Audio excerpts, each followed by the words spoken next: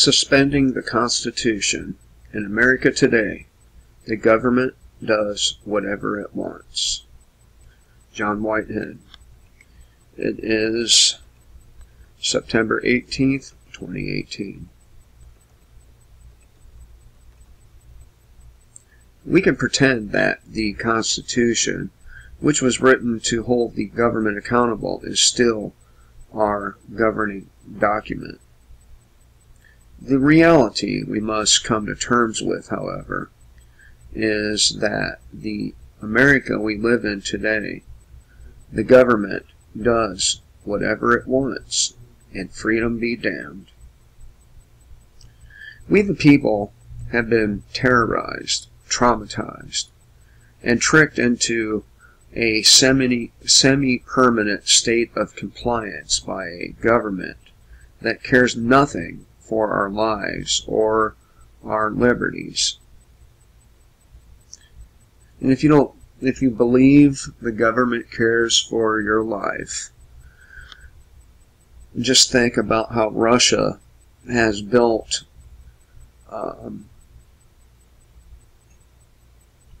many bomb shelters for its citizens, while our government has built deep underground bases for themselves, and the public be damned.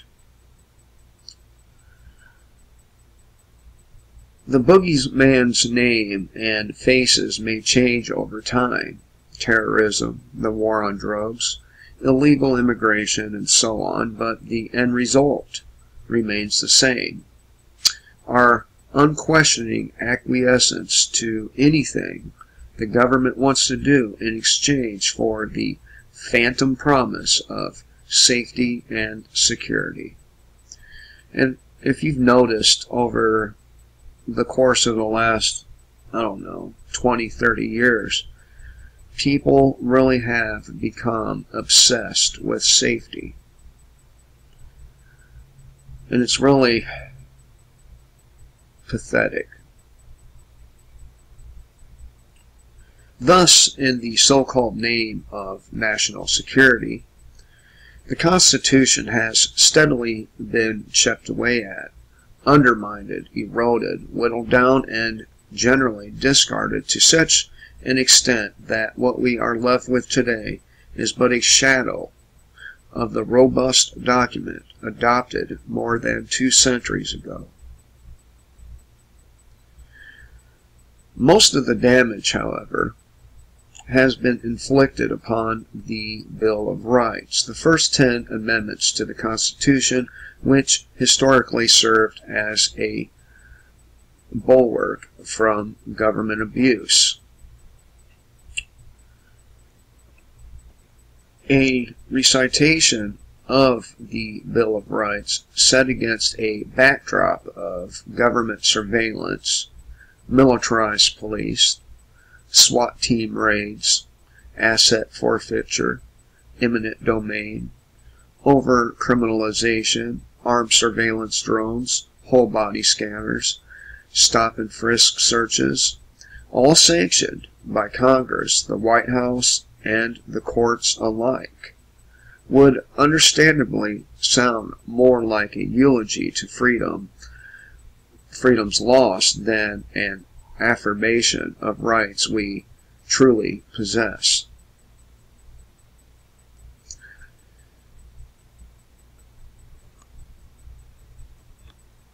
Government does not give you your rights. Being born does. Every man, woman, and child on this planet has these rights. Whether they claim them or not is a whole different story. Here we are, the First Amendment. The First Amendment is supposed to protect the freedom to speak your mind, assemble, and protest nonviolently without being bridled by the government. It also protects the freedom of media, as well as the right to worship and pray without interference. In other words, Americans should not be silenced by the government to the founders, all of America was a free speech zone. Despite the clear protections found in the First Amendment, the freedoms described therein are under constant assault. Increasingly, Americans are being arrested and charged with bogus contempt of cop charges, such as disrupting the peace or resisting arrest for daring to film officers engaged in harassment or abusive practices. Journalists are being prosecuted for reporting on whistleblowers. States are passing legislation to muzzle reporting on cruel and abusive corporate practices. Religious ministries are being fined for attempting to feed and house the homeless. Protesters are being tear-gassed, beaten, arrested, and forced into free speech zones. And under the guise of government speech, the courts have reasoned that the government can discriminate freely against any First Amendment activity that takes place within a government forum. And look at what's happened to Alex Jones.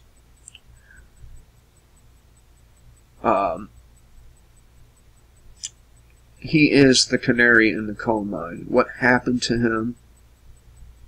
And by the way, I gained a new respect for Alex Jones. I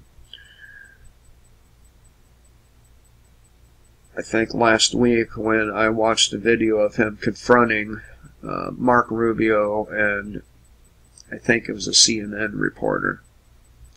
So he's still a Zionist shill, though. The Second Amendment. The Second Amendment was intended to guarantee the right of the people to keep and bear arms. Essentially, this amendment was intended to give the citizenry the means to resist tyrannical government. Yet, while gun ownership has been recognized by the U.S. Supreme Court as an individual citizen's right, Americans remain powerless to defend themselves against SWAT team raids and government agents armed to the teeth with military weapons better suited for the battlefield. As such, this amendment has been rendered null and void. Now, you might have some nice rifles, and you might be able to use them effectively, but the thing is, the government has endless manpower. They have endless supplies, or seemingly endless anyway. Not that you couldn't win a battle against an individual police department or sheriff's department, but after that, you would really be fucked. So, the Third Amendment reinforces the principle that civilian elected officials are superior to the military by prohibiting the military from entering any citizen's home without the consent of the owner. With the police increasingly training like the military, acting like the military, and posing as military forces, complete with heavily armed SWAT teams, military weapons, assault vehicles, and so on, it is clear that we now have what the founders feared most: a standing army on American soil. Now, I've said many, many times that the law enforcement apparatus or law enforcement industrial complex in this country is a standing army being used against the people of the United States, and they hail them as being heroes. The Fourth Amendment prohibits government agents from conducting surveillance on you or touching you or invading you unless they have some evidence that you're up to something criminal. In other words, the Fourth Amendment ensures privacy and bodily integrity. Unfortunately, the Fourth Amendment has suffered the greatest damage in recent years and has been all but eviscerated by an unwarranted expansion of police powers that include strip searches and even anal and vaginal searches of citizens, surveillance, and intrusions justified in the name of fighting terrorism, as well as the outsourcing of otherwise illegal activities to the private contractors. The Fifth Amendment and the Sixth Amendment work in tandem. These amendments supposedly ensure that you are innocent until proven guilty, and government authorities cannot deprive you of your life, your liberty, or your property without the right to an attorney and a fair trial before a civilian judge. However, in the new suspect society in which we live, where surveillance is the norm, these fundamental principles have been appended. Certainly, if government can arbitrarily freeze, seize, and lay claim to your property, money, land, or possessions under government asset forfeiture schemes, you have no true rights.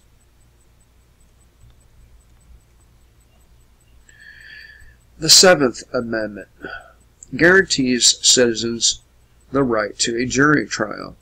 Yet when the populace has no idea of what's in the Constitution, civic education has virtually disappeared from most school curriculums, that inevitably translates to an ignorant jury incapable of distinguishing justice and the law from their own preconceived notions and fears. However, as a growing number of citizens are coming to realize the power of the jury to nullify the government's actions and hereby help balance the scales of justice is not to be underestimated. Jury nullification reminds the government that we, the people, retain the power to ultimately determine what laws are just. And of course, most Americans would not even entertain the idea of nullification. They would follow, they would go along to get along. Anymore, having a jury trial is very, very, very risky. And here's how it works. You get charged with a series of crimes. Okay? Let's say you have four charges. And you're offered a deal by the district attorney. You say, no, I'm not guilty, I didn't do this, I'm going to take it to trial. Well,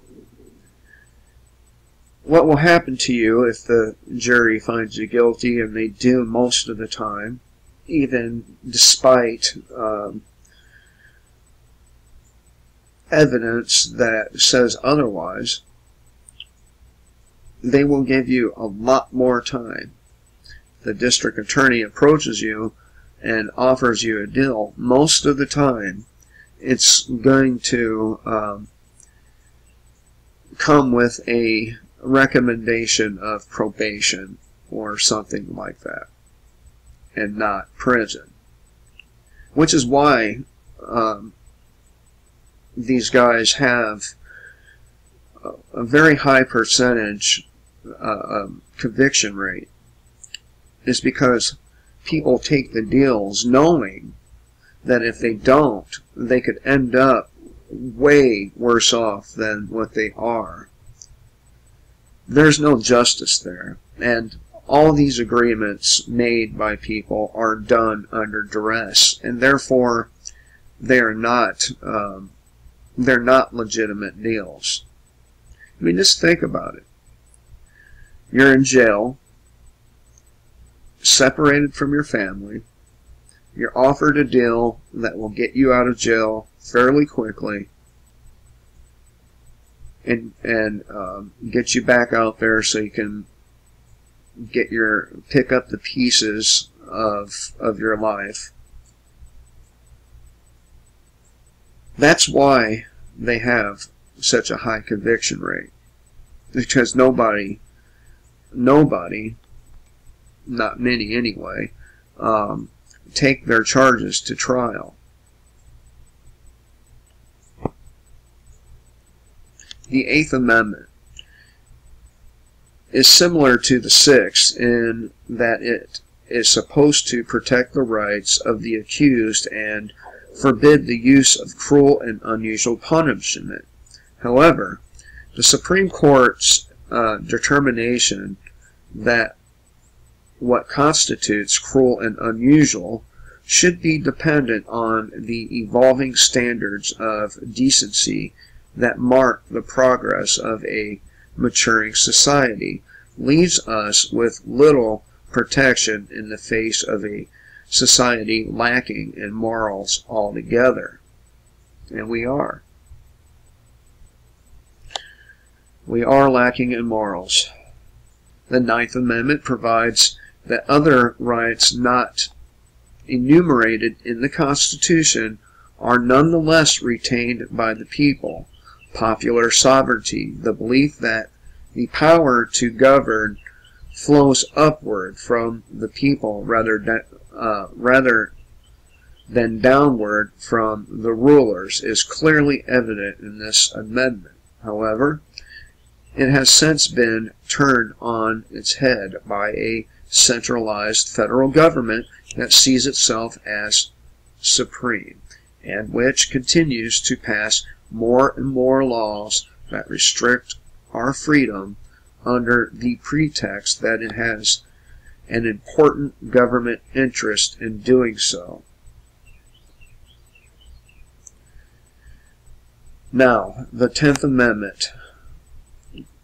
As for the 10th Amendment's reminder that the people and the states retain every authority that is not otherwise mentioned in the Constitution, that assurance of a system of government in which power is divided among local, state, and national entities has long since been rendered moot by the centralized Washington, D.C. power elite, the President, Congress, and the courts.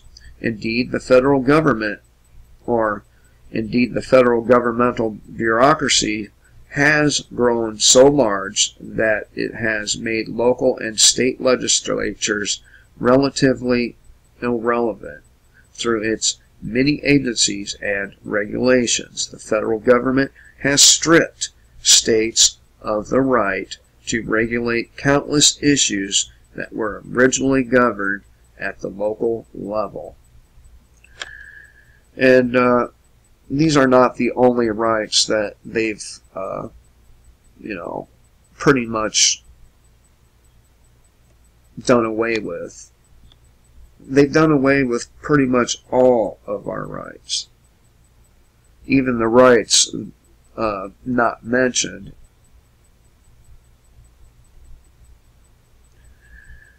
The Ninth Amendment. All of them.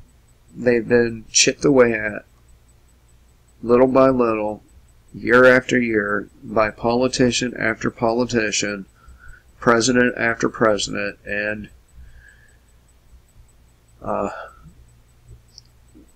we are facing a very ugly future if we don't stand and fight against these people.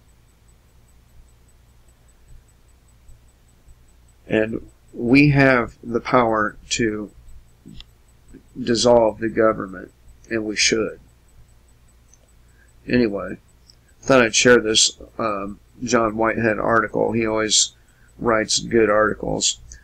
And hope you all have a good day. Kill the state, live free.